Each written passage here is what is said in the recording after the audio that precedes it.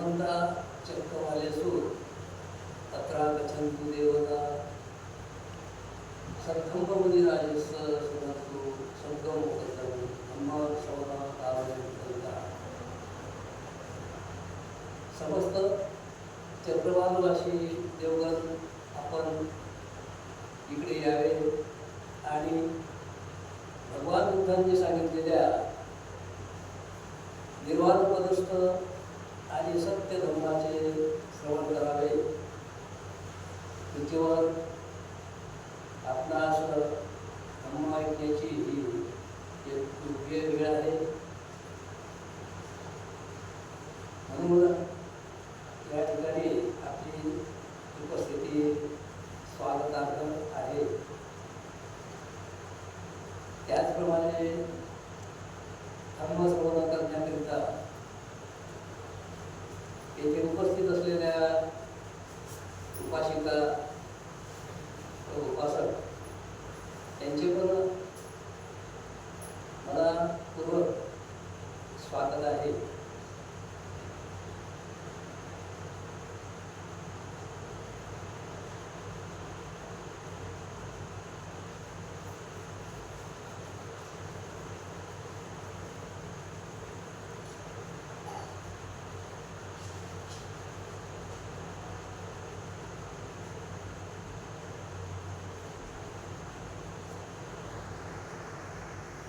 धम्मदीक्षेचे दोन प्रकार पाहिले. एक भिक्खूंसाठी व दुसरा उपासकांसाठी. जर भिक्खूने आपल्या मुख्य व्रतांचा भंग केला किंवा भिक्खू संघाचे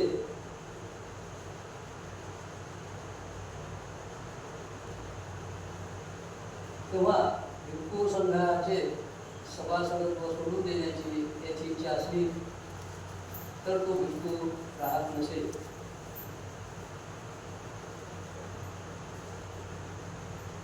ज्यांची नावे पुढील पृष्ठात आली आहेत त्यांनाच भगवान बुद्धांनी दीक्षा दिली असे आपण समजत आहे.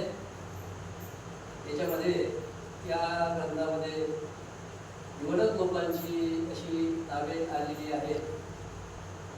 तर भगवान बुद्धांनी अशाच लोकांना फक्त धम्मदीक्षा दिली हे आपण गृहीत धरू नये.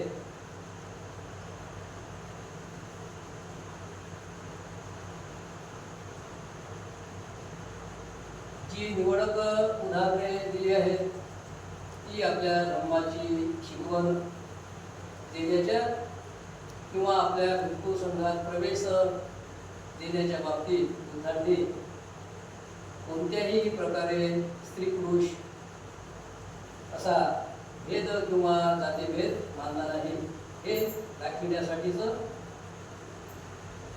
त्याच्यामध्ये हे येणारे यापुढे येणारे लोक निवडले गेलेले आहे.